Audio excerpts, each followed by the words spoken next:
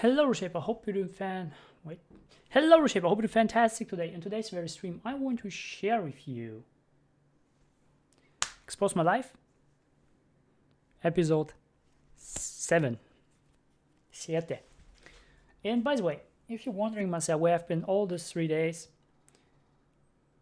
I just want to tell you, I have been on UPW. If you don't know what UPW is, this is an event of Tony Robbins. You don't know who Tony Robbins is? The world's best coach, as the world's most famous coach, who has coached people like President Bill Clinton, Will Smith, and so forth, and also Rocky. Sylvester Stallone is one of his best friends. Also, people like Richard Branson and other huge people like Warren Buffett and so forth.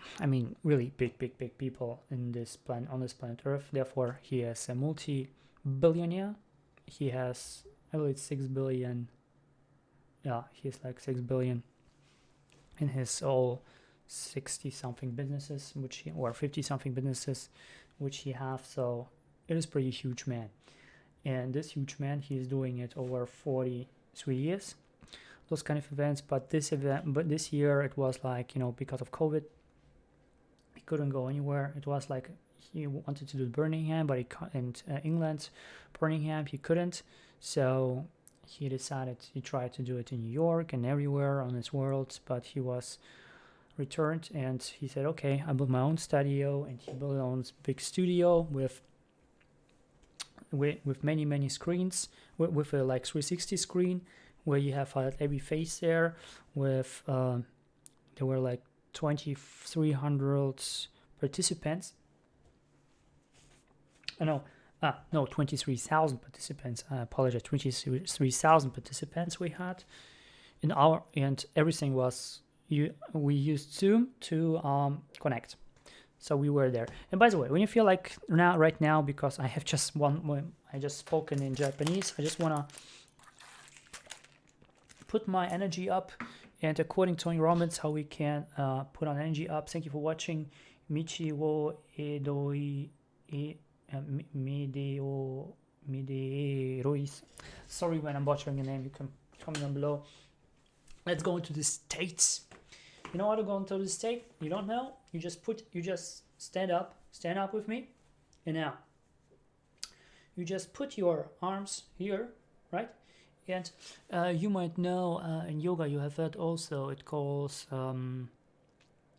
it's not a pranayama, it's called batiska.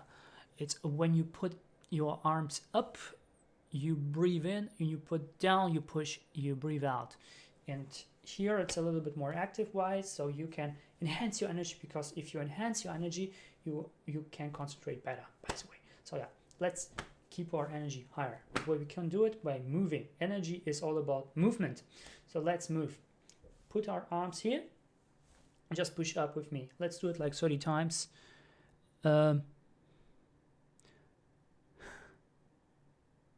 Awesome. Cool to be on Facebook. Awesome stuff. Okay, so let's do it really quick. Just push it. 3, 2, 1, go.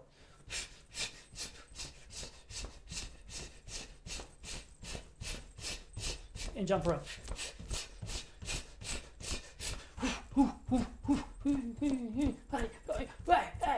Hey. You can scream around if you can, and so forth. It's pretty cool. And this exercise, it's not from yoga, it's more like active yoga. And of course you can do more, maybe jogging and stuff like that, like what we had like from in educational course. Just you stand out like you're running, and just put on like this: 1, 2, 3, 4, 5, 6, 7, 8, 9, 10. 1, 2, 3, 4, 5, 6, 7, 8, 9, 10. And then the next: 1, 2, 3, 4, 5, 6, 7, 8, 9, 10. 1, 2, 3, 4, 5, 6, 10. Okay. Whew. And basically, Tony Robbins was more about things like, in this event, there were like 4 freaking days where from 8 a.m., 10 a.m. till like 11 p.m., 12 p.m. So like 12, 13 hours a day. Pretty harsh, and you jumped around in between and had so much information. I will share with you information later on. I just want to finish my own series where I'm expose myself, and then I can share more information. Then you know from whom you actually get information. So if you know myself fully, you know actually if this information even worthful. If it's even worth to listen to myself, you know? Okay. So let's jump in without further ado. Just want to take a little bit water. Water is really important. When we drink a lot of water, then our brain is also functioning better.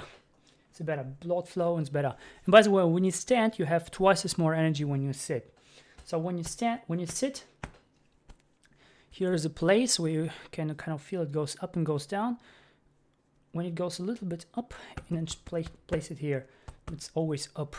You don't have to be always straight. It just be careful of this place. This a little bit goes up. You feel it goes up, and then you can sit how you sit. And this actually is the best way. And now I have energy. Now I can tell you about those things that I just want to tell you. Okay, first of all, so basically, how I actually got to Japan. Not many people got to Japan. I got a loan from the bank. My mom got a loan for the bank, about 10K. And then we got to Japan because it was always my dream to live in Japan, especially in Tokyo. And like a year before, I went on a trip to Japan just to see how Tokyo is. And the next year, I get an invitation from the language school we applied for, and then we got there. We got the loan from. We already paid off the loan, no props. We all paid off the opposite, the deposit, no props. But back in the days, we made a loan of 10K. Normally, by law, it's impossible, but somehow we got the loan and it was okay. So we got the loan, and then we paid it off. And what was really cool is, as you might know, in the last stream, it was 4 days ago. In the last stream, I have told you that. By the way, you can also join myself and on YouTube. I have there a beautiful, I have my green screen here, and I have there my beautiful background of Japan, a little bit playing around. If you want to join YouTube, just go into my own channel. My YouTube channel is just when you go on, just type in pogodora. Alternative, you can just go into my own profile, click on my website there, and there is on the 5th link. You can jump into the stream right now if you want to, because the stream is in 4K quality and better sound quality, because I do YouTube with my mic here. Okay, so basically in Japan, before Japan, I had the freaking loan, and you might know that I had this kind of thing of finishing the big high school, because you have the like normal high school, a little bit lower high school, like vocational high school. This vocational high school, when you get to vocational high school, you can just apply for subjects like economics. Because my vocational high school was based on economics, I could just apply for economic studies, and it's pretty high. It's pretty high. I mean, it's good, and it is different than, by the way, in the US. It's different than Japan.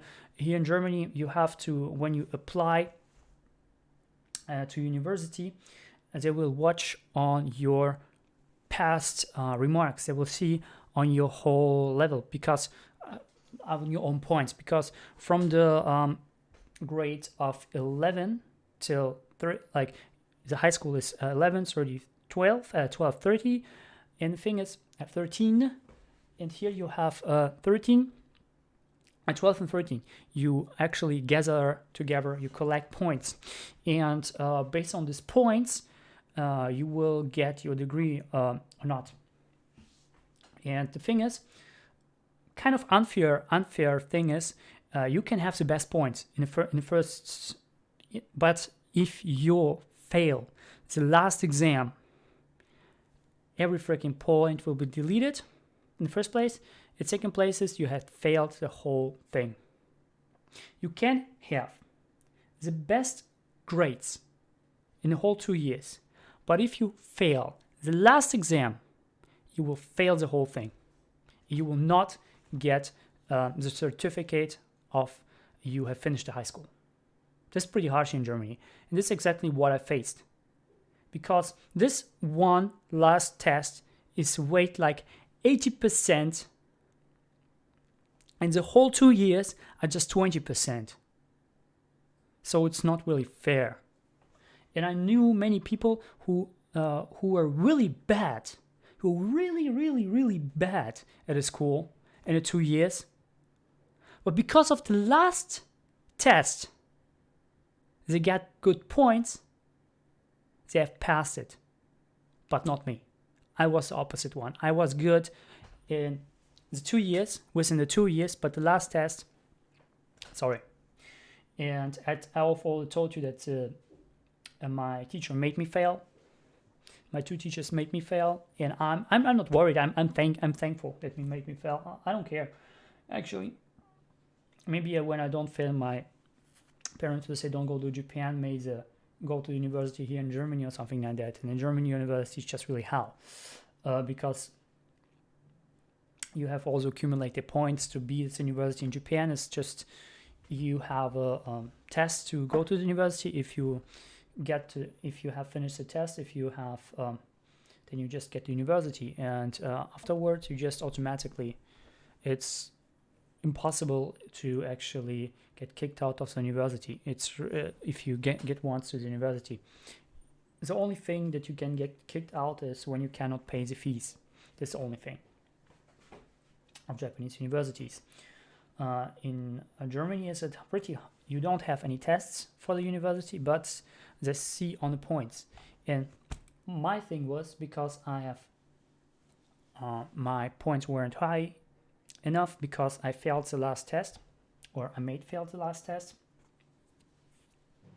last exam. I have actually had an ultimatum to whether I do the thing with again, but I have to stay not 1 year but 2 years, and I was already 24. 2 years, 2 more years in Germany. I hated Germany back in the days. I'm not hating it right now, but I'm not in love with it. Let me say it. It's not Japan for me. Okay, Japan, I'm in love with Japan, but not with Germany. Okay, it's not really hatred, but I mean, it's like in Japanese you say shoganai. You're just being here because you don't have another. You can do nothing but being here. Okay, this is actually for me because my whole family is here. So I have to do 2 years, or I can go to Japan. And I said, no, I don't care about this. I just go to Japan. And I went to Japan, and I lived in Japan in the Korean town Shin-Okubo. It's in Tokyo, Shinjuku, Shin-Okubo.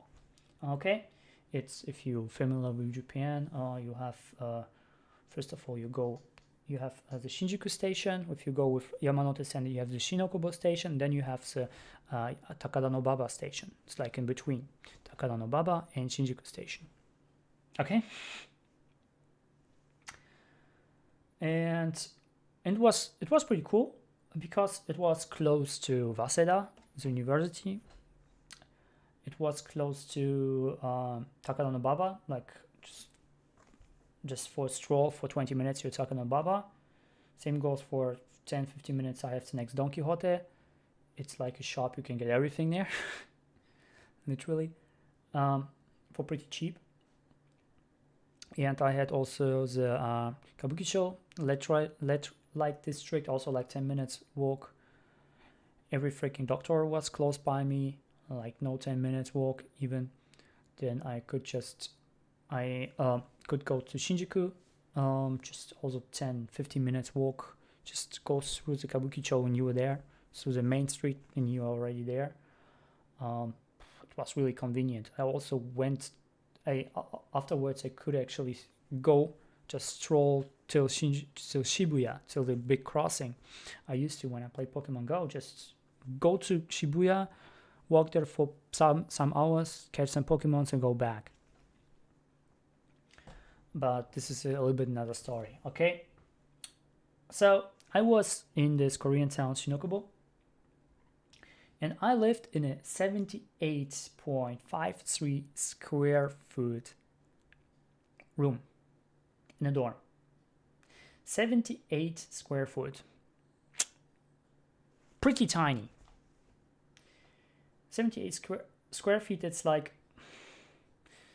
78 square feet. How much is it? It's like 8, not even 7, like 5 or 7 square meters. Pretty tiny. And the thing is, like, I had the bed there, and it was like 80% of my room was a bed. And I had a little bit space when I just like put my arms like here and here, and I could already touch both walls. And I remember how I bought like many plastic cases, like plastic boxes. First of all, I bought it from Mujirushi, but it was a little bit too expensive. I just one, and then I said, okay, where can I buy another one? Then we had Jimashu, I think Jimashu or something like that. In Nagano, there was like an like a freaking Home Depot there, and I bought there these boxes for pretty cheap. It was even cheaper than a Donkey, and I had a lot of them afterwards. Really many of those boxes. They are really convenient for myself. I think I gave them to someone because it was really cool just to give someone these boxes, and people appreciate those boxes because you can put really many stuff there. And I had like 8 of those boxes where I had all my stuff there. It was pretty cool. The apartment was pretty tiny. I had a table and a fridge, which I never used. We had also things like a kitchen, but it was pretty small and really dusty, so I don't want to eat there with others. Some Chinese people did there some cooking, put some ramen and stuff like that, I didn't. And the walls are pretty thin. They're so really thin that you you can hear. You can hear the fly flying in the neighbor's room, literally. And it was pretty cool. For example, first it was for me pretty bad because actually when I went to Japan, it was on January, February, March, April, May, June, July. So it was in July. It was on July, and on July in Japan, never go in Japan in July. It is freaking hot. If you want to go to Japan, especially Tokyo, Japan is okay, but not Tokyo. Don't go for Tokyo in July. Why?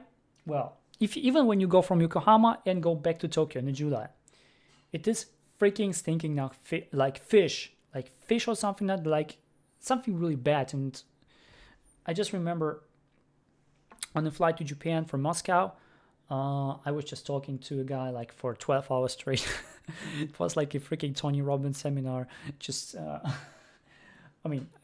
the force of the Tony Robbins seminar, like in a plane. It was pretty cool to talk to him. We also went out and have a drink after I landed in Japan, like in the next week or something like that. We have met up. It was really cool. I have him still on Facebook and also his friends. And so I landed in Japan, and it was pretty hot, like 35 degrees, like 95 degrees. Pretty hot, 90, 95, 90-ish. Pretty damn hot. And it was like Japanese heat is not dry. It is really humid. It's humid heat. Plus, you have this freaking smell. The first day, I have to puke so bad. I puked the whole day. Even we had like this Nyugakshiki. We had this kind of entrance ceremony to this Japanese language school. I couldn't attend it because I puked. And the freaking jet lag also gave me really much because 7 hours 7 hours difference is not. I mean, 1 hour is okay, but 7 hours you have to adapt it. But the next day I felt really well. The next day it was really cool. We went to the Shiakusho in Shinjuku. I didn't know where we are. Actually, we went straight through Kabukicho. I mean, Tokyo in July is okay when you visit Tokyo, but not when you go from Tokyo somewhere else. When you go from Tokyo, just go from Tokyo somewhere in like really close by to Yokohama and go back to Tokyo. You will feel this kind of smell. The smell is really bad. But you would feel it just the first day when you're back to Tokyo. When you sleep over the night, you don't recognize it anymore. But if you just arrived, damn, if you don't used to it, I was puked so bad. Thank you for watching, Gretelin Felix. I have noticed you. And we have here the Michi. Okay. And yeah, I was there and we went to the Shiakusho because we need to register our stuff. We need our, it calls Zairu Kado, that you are living there. All the Ryugakusei, all the foreign students has this kind of cards, residence cards there. And we went there with the whole group. Like back in the days in our dorm, we lived with some Chinese, but the most people were from Sweden, some from Brazil, and we basically talked just English, or they talked English. I was more like about, hey dude, I'm Japan. I don't want to be in this kind of gaijin bubble. I don't want to be in this kind of foreigner bubble because it happened too much with especially Chinese people in Japan that, I mean, they can't pass all the tests because pretty much tests is all about reading the characters, and the most characters are like Chinese. I mean, it's nothing for them, right? And they can, and because the thing is, you have read really fast in Japanese, they can do it all pretty quickly. However, many of them cannot speak that well because they're in this kind of gaijin bubble in Japanese, right? In this kind of foreigner bubble, they're just talking with other people Chinese, and because they're talking just Chinese, maybe sometimes English, but never Japanese. Even there, maybe they just go. The only thing that they know Japanese, like to buy stuff or something like that. But most of them, they are really just stay in this bubble, and therefore, when you talk to them, even they have the freaking N1, they don't talk much Japanese. They're not good at Japanese, simply. Many of them. Some of them are good. But many of them are just stay in this bubble and just not Japanese. So in my case, I was more like, this gaijin bubble I don't want to have. And then I interacted more with Japanese people because I wanted to brush up my Japanese for sure. And what was cool in this apartment, by the way, have you had ever an apartment? Say yes when yes. Say I when yes. We do a little bit Tony Robbins style. Okay. Say I when yes. I have an apartment, my freaking window, and when I close my window, it just, you have to close it like this. You have to kind of slide. You have to slide it, right? You slide the window, it closes my window, and at the same time it opens the window of my neighbor. You get it? It's not a pun, it's true. The neighbor of my left side, right? And the walls are really thin in Japan. They're really thin. Like, I don't know. And if you I slide the window over. I want to close the window, especially in winter, it's freaking cold, right? You just slide over the window, and this opens a window from my neighbor. And he has always a cold there. So it was pretty much a fight on the window. Every 3 years I lived there. Not every single day, but sometimes when someone opens the freaking, it's open, I want to close it. And because you don't have central heating in Japan, I mean, you have in the big apartments, even like this floor heating, but you don't have it in like small apartments where it happen. The only thing you have just heating is your freaking your air conditioner. And if you put your feet down, it's so freaking cold. So yeah, it was pretty cool. And also, before in Japan, actually, I arrived in Japan, as you might know, I have already studied 10 years of Japanese. So when I arrived in Japan, it was for me like, hey, I can talk. You can talk to me. I can talk. Even people like on the freaking, if you arrived there in Japan and they are taking your passports and they try to speak with you in English and you just, hey, you can talk. I'm in Japanese, dude. What the frick? They're looking on you like, and then you're talking with the Japanese. Hey, cool. Really cool. And because I have studied there, I went to this language school because I want to brush up my Japanese, right? And in the language school, you have like this kind of levels there. You have like this intermediate levels, the low level, and the high level. And every of these levels have all those 3 classes. And I was on the highest class of the intermediate level. Why? They said, okay, you can actually go to the highest class, but you have just N3, the intermediate level. I was already learning for N1, for the highest level, right? For the university, the academic level, academic Japanese level. And I have it, by the way, after first time. And why after first time, I can tell a bit later on. But the thing is, they advised me to say like, hey, maybe this kind of grammar, this kind of idioms, or this kind of onomatopoeia, onomatopoeia, there's so many of them in Japanese, literally. Hundreds and thousands. And maybe you don't know them and you have to brush it up. So I advise you to go to this class. And I say, okay, cool. I go to this class. And I went to this class. And basically what happened is, in this class, there were freaking beautiful, freaking cute 2 girls. Korean girls. They could speak pretty decent Japanese, some even English. They were so cute, really. They were like these 2 Madonnas of the class. And I went there, and I was an S student there, not an A student, but an S student. I was like just 100 points every single time because I knew Japanese already. And they sit there close to me, and they were really into me. However, after this kind of my first love or my first attempt, what I have told you in the past videos, you can watch it before, like my first time attempt is so fun. Afterwards, I tried a lot to confess to girls, but I was just always turned down. And every time when some girl told to me like, hey, I love you, something like that, I always kind of had this kind of feeling in my head, she's just kidding me, she just want to troll me. I had this kind of feeling in my head. Already this kind of limiting belief was in my head.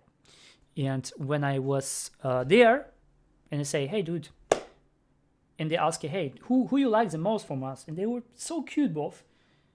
And I just couldn't tell it. I was like, I'm more in Japanese girls. Because I have this kind of feeling in my head like, dude, first of all, they're trolling you. And the second time, when you confess, they say, hey, you thought I love you, and I love you.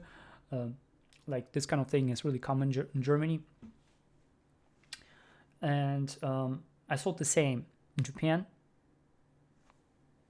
I had the same assumption. And it wasn't the same. They were really willing to me. And I haven't took the opportunity. I'm still a freaking virgin. Yeah, you don't know. I'm single, but I'm virgin. Yeah, I'm not from the virgin group. I'm a virgin. Awesome. I was 31 years old. So basically, they wanted me, but I had all the assumption in my head, like, dude, when you want to have a serious relationship, the first girl you want to go out is Japanese. Should be Japanese. It's a must. And basically, I said myself, yeah, I should be Japanese. Okay, and I was an S-rank student. Okay, yeah. Oh, yeah, and by the way, also we had like, in this class, we had these classes, and afterwards I jumped from one class to another class. How I did it? Because I was an S-rank student. I over-jumped the class. In a high, you have the highest thing, because we had over the highest thing, we have also this kind of special class for special people, where you have homework, because in all the other classes you don't have any homework, but here you had homework, daily homework. And the other class was like preparation for the exams in universities, in Japanese universities, especially literary universities. And besides Japanese, we had also math in Japanese. We have also have things like history in Japanese and other stuff like also physics and economics and so on. Every stuff in Japanese, and it was pretty good. I was even there an S student. Even there, I was a freaking S student, and but there was like a competitor, another Chinese guy who was always going to the juku, to the school, who was paying like hundreds of dollars every single month to drill him there, to go to the best university. And I said like, I don't have the money to get to the drill school, so I just want to do what I am. And I got a thing, and my old teachers, because I was so good, I don't want to say then, hey, kind of, I don't want to say then, I don't want to brag like, hey, I'm so good, you're not. No, I just want to say it was so. I don't want to brag. And they always say, go to Waseda or go to Todai. And I say, okay, Waseda, because, I really wanted to go to the Genokai, the Japanese. Because I watched a lot of dramas, a lot of Japanese shows. I was really, really, really into Japanese show business. And this is actually the second hugest show business after the American, then you have Japanese. American, then comes Japanese show business. So Japanese show business is a huge thing. And when I went there, like Japanese show business, cool stuff, I want to be there. And what happened is basically,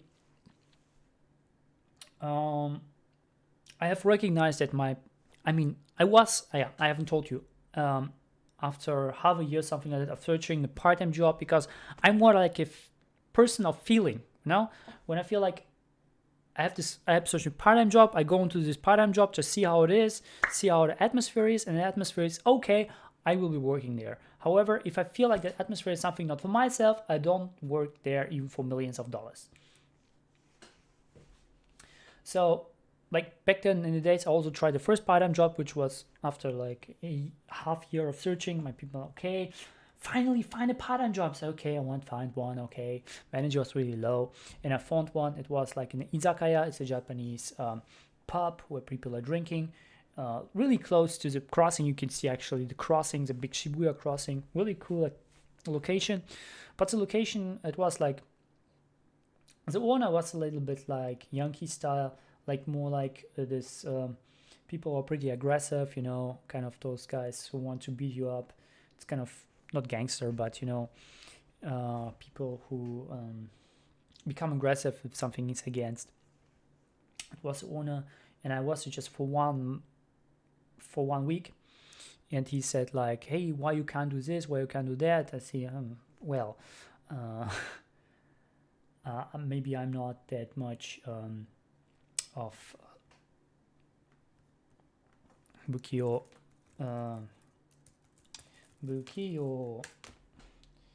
Yeah, I was a little bit clumsy.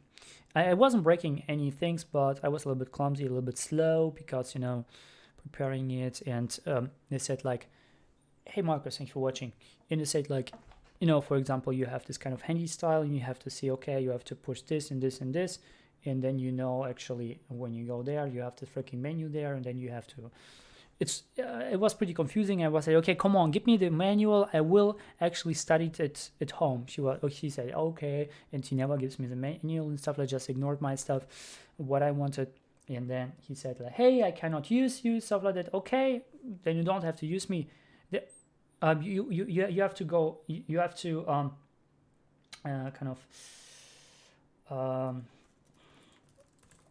really, my Japanese is better than my English.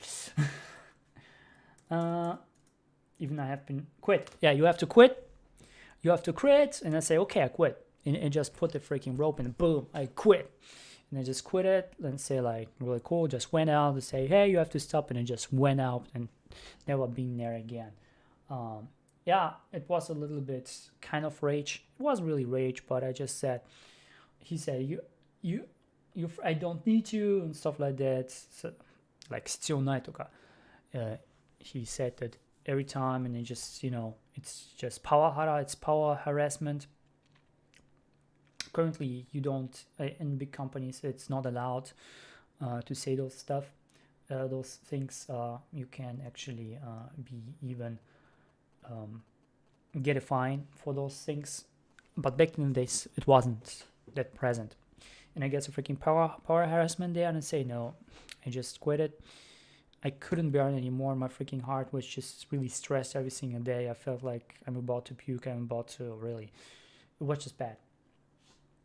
And after like this time, after this time, I went to another shop. It was a thrift shop. It was a thrift shop in Shinjuku. Maybe you know. Have you been Shinjuku, by the way? I mean, if you have been in Japan, Tokyo, you must be in Shinjuku. It's the biggest freaking station in the world. I mean, not the biggest maybe, but I mean, it's one of the biggest one for sure. And so many people are there every single time. And the station is really huge.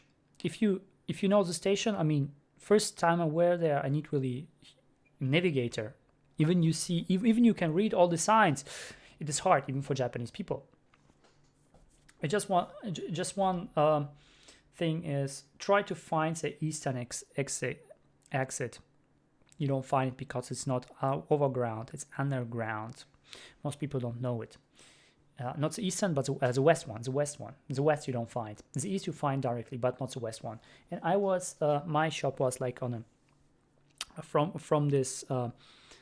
from a station from the west side, from the east side, and yeah.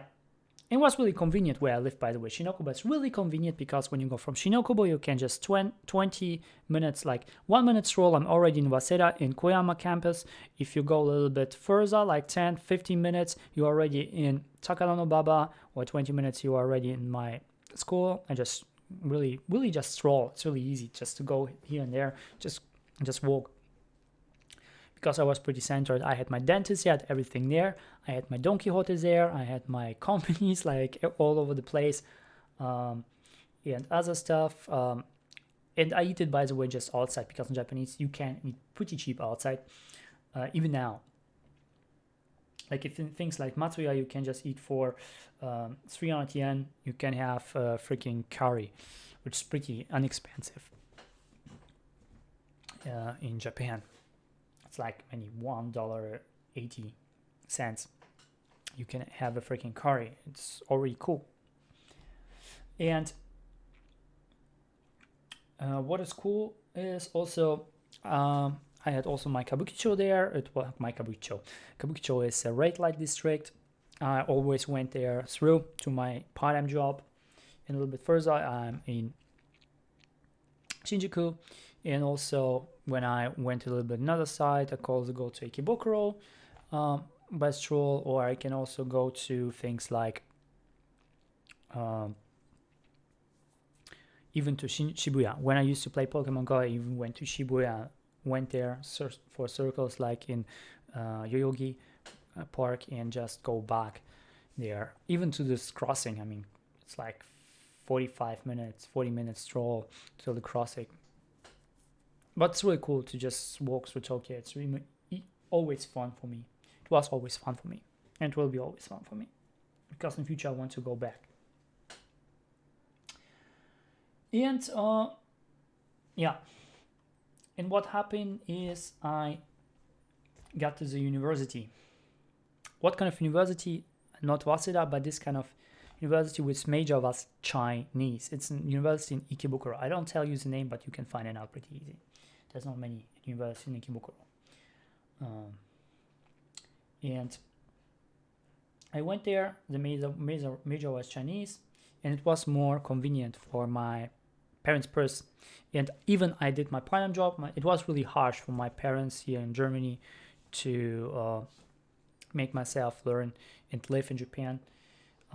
Even my aunt has helped me a lot My parents helped me a lot. It was really harsh for them here, I know.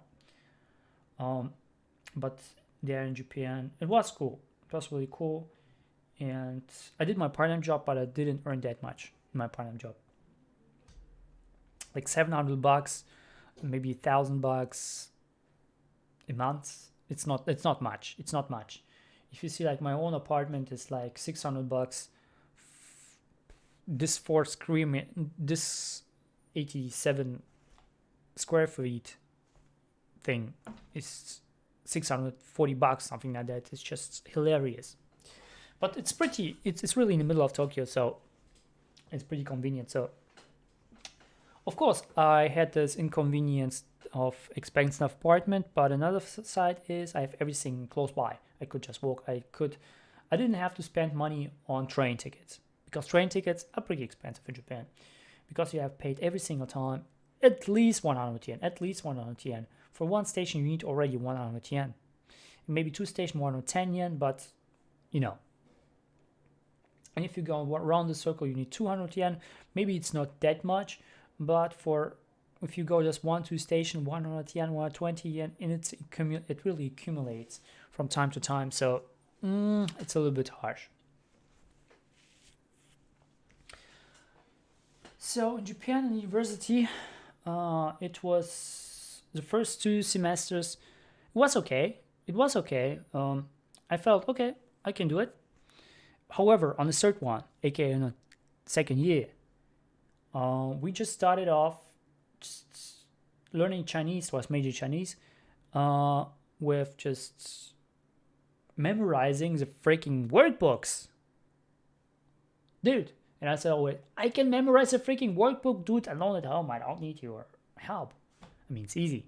You can just put it home and just learn a freaking book that your brain can kind of memorize it. And you can talk it like a freaking mantra. Yeah. However, and every not just me, other pupils also say, like, other students also recognize it. It's pretty bullshit what we are talking here. And especially the Japanese ones say that we have to quit, and so many people quit. And then I paid just a freaking fee. I just paid the freaking fee of 1 million yen. It's like $10,000. $10,000. I just paid it. It was really harsh, not just leaving Tokyo, but also I have the fee, right? I have just paid the fee. I don't know how I paid the fee, but I paid it. I paid the fee of 10,000. In 1 month later, they come to me and say, like, well, you know, now so many people have left the university, so people who are there, if you want to be in this university and continue it, you have to pay additionally $5,000 within 1 month. 5,000 for someone who has not working parents, and for someone who's working but don't earning that much. I already told you how much I earn. 5,000 I could have maybe in half a year. 5,000, but not in 1 month. After paying off 10,000, it was just impossible. Just economically, I could not do it. And I couldn't have another credit. I couldn't have another deposit. I don't have another loan, because my parents had already the 10K loan, right, to bring myself to Tokyo. So it was impossible to get. Because it was impossible to get, I had also to quit. And I quit it. My father said, come back to Germany, but Germany's amazing right now. And say, okay. But this was for me really a nightmare to go back to Germany. It was my worst nightmare was to go back to Germany, literally. Even I lived in more crappy situation there here in Germany. In Japan, I felt myself more free. I felt myself more in the sense of freedom. I felt more. I can connect to better people. I can do more out of my life than in Germany. Back in the days, I hated Germany. Let's be true. I hated Germany. I just said, okay, I just like Germany because my parents are living here and others are living here, and it's okay. But if nobody will live here, of my parents, of my relative, I just will hate Germany. I just fuck Germany. I just would say. Because I hated it. I have so much stress I got just from Germany, especially from my city. And yeah, I got the thing. This tense on the sports on one side. On the flip side, there was a day with one guy, pretty aggressive, like a little bit like I want to become a gangster, but it wasn't really a true gangster. Yeah, like true. It wasn't Yakuza. It was Yakuza are not so. They were like someone like wannabe Yakuza or something like that. It's I felt myself really stressed because of the money. Maybe my face wasn't that right. I don't know, but he tried to really to beat me, and I just stand here on a cashiers, I remember, and I see a freaking fist flying in from my nose, and I just go away. Say who? And after say, お客様大丈夫? Are you okay? お客さん, he said, and then he started off like, provocating myself, and then kind of he got for another one, and there's, I don't know, something exploded in me, or just also started off, and it was a little bit argument. In this kind of argument, he was said, now you have to apologize. Even he started off. And I have to apologize that I have treated him not well. And I said, no, I don't want to apologize. And I said, okay, then you have to quit. And I said, okay, quit the job. Anyway, because on Japanese law, if you don't go to university, you belong by law. If you quit the university, you have to quit the job also within 3 months. Even not 3 months, even next week or something like that. Within 3 months, you have to go back to your country. But within 1 week, you have to quit the job. If you don't quit the job, if the police sees it, you will go to the jail and never get the opportunity anymore to get back to Japan. It's pretty harsh. And I don't want to risk it. And I mean, I just get a freaking fist from my eyes, and then I had to quit the job. Now I have to quit a job. I have to quit this. And yeah. And of course, I tried it really hard. I'm not this kind of human being who just want to, okay, give up everything. No. I said it. I don't want to give up. And I had my friend, because back in the days, I told you, I have organized these parties. Oh, I haven't told you. When I have been in this language school, I also organized parties for 100 international students, Japanese students and foreigners, every single week. First of all, Yokohama, and then we switched to Shinjuku. And it was one of this 50 people stuff. I was an organizer. I was also organizing this stuff. I was more like this inventor. Like I had this freaking ideas, and I said, okay, let's do this, let's go this. I was in a small group like of 8 people, and we were organizing. We have like 5-6 groups and several people there, and some on the height, some hierarchy and so on. But I was in this kind of club. And I was pretty good with this who has organized the whole system. He was a friend of mine. Because he could get karaoke, he loved karaoke, I love karaoke, and then we sang. And one day he invited me, okay, come on, let's sing in this place. Where I've sung in front of some CEOs in Yokohama. And it was one of the coolest days in my life, because he got a call and said, do you want to sing? I said, okay, cool, I want to sing. And we sing, and I introduced me to the organizer of this whole thing, which used to be in Toshikan.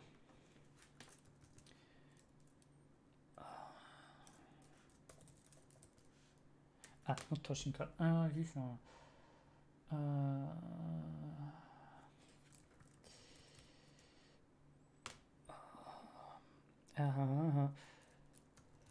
Holden Court.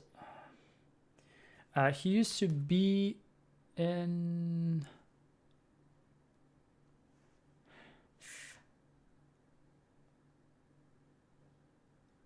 Taishikan. from embassy. Yeah, he used to be an ambassador in Tokyo for the Nepal embassy. Pretty high rank. And now, back in the days, he worked afterwards for the city hall in Yokohama. He worked for the city hall in Yokohama. It's also a big city close to Tokyo. And I was asking him, like, hey, can you help? I was asked first my friend. He said, okay, come ask this friend. He knows already you. And I said, okay, cool, let's do it. And I asked him, and he asked other friends, and this other friend asked another friend. Okay, and this other friend has a school in also language school in what was it? In Mejiro, and we also in Tokyo, in Mejiro. And we went there, and he said, okay, cool, you can do it. I can bring you into the school, and we will prepare you a little bit for the university exams, and then you can go to Waseda, you can go to Todai. We guarantee you will do it, because we can see you have really good remarks and so on. We can just organize. And I say, okay, cool, let's do it. And then he said, well, I would like to enroll you the next month. And the thing was, and when you enroll, you have to pay just a fee of $5,000. Do you notice?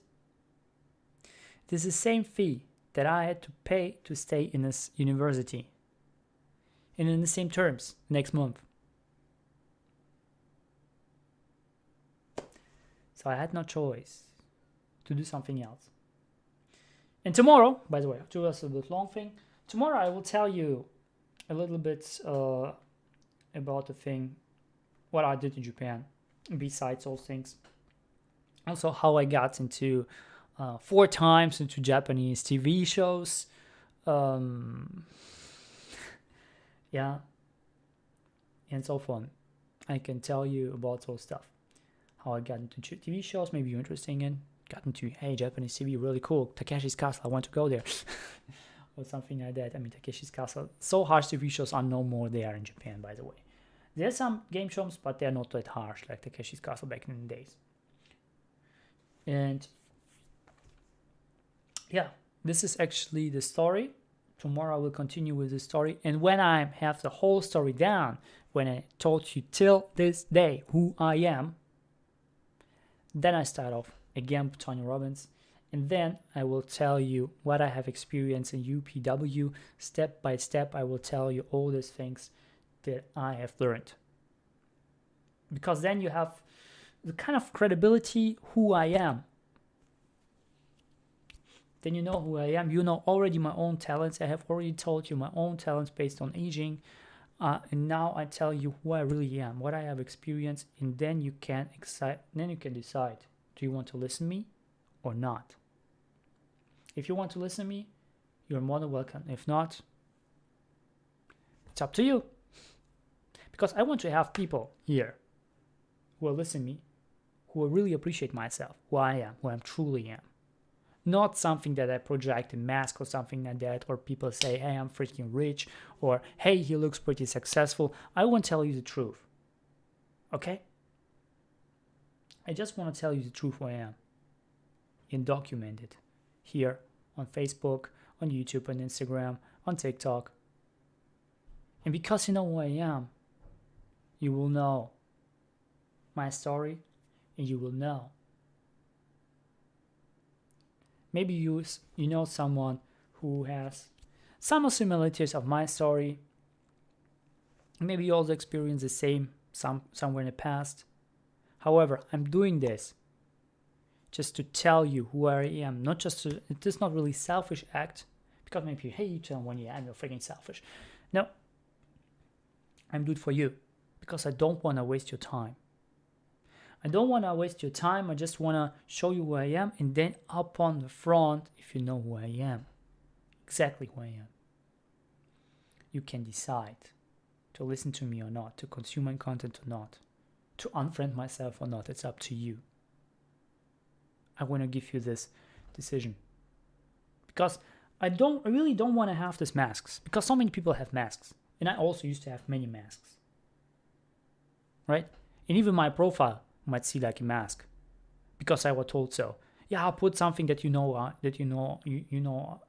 are not, but you are doing so put a thing it looks like.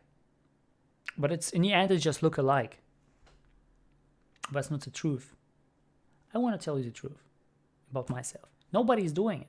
I mean, okay, yeah, some people are telling yourself stories about themselves, but they're just telling the stories like small stories. I want to tell you the whole thing.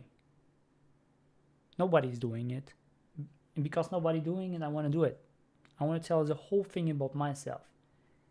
And up from this, you can decide. I just want to show yourself my core.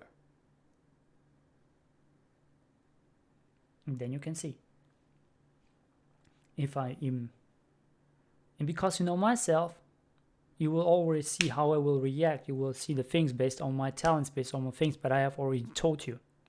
And of course, when I go through the course, what I'm doing right now, this EJing course, become an expert, when I'm doing it more and more, I will also tell you the talents. I will also provide services like telling you the talents, what kind of talents you should use, what should you not use, and so on. I will do also the consultation stuff. But in a moment, I just want to tell you who I am. And then when I go from the course, through the course, I will learn from it. And the more thing I have already told you about the things. But in the meantime, after this whole phase of self-introduction, there will be the Tony Robbins stuff. Because there's so many things to cover I have learned in these 4 days. So many insights, so many things according to your heart, to your soul, to your body, to your finances, to everything. And I'm not just telling you those things because, Tony Robbins, he has connections with the best people in the world. Because he's one of the best in the world. And he has connections to people in Oxford. He has connections to people in Harvard. He has connections in other universities. Freaking professors who are telling those stuff.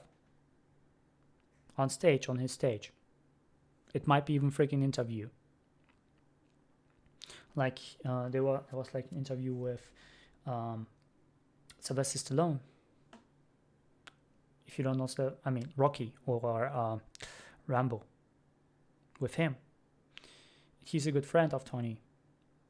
And those things I want to tell you afterwards. I want to first of all process it through my mind and so on. But tomorrow, I will tell you about also myself, but more about those things that I have also done in Japan. I thought maybe not so good.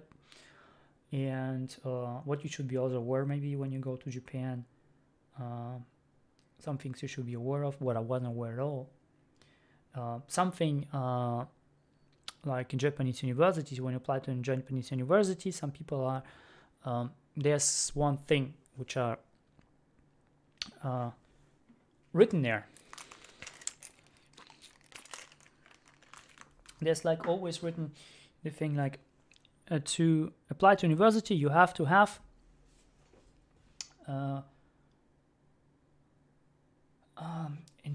it's called in Germany, it calls when you have a high school degree, it calls Abitur. And it's always written like Abitur and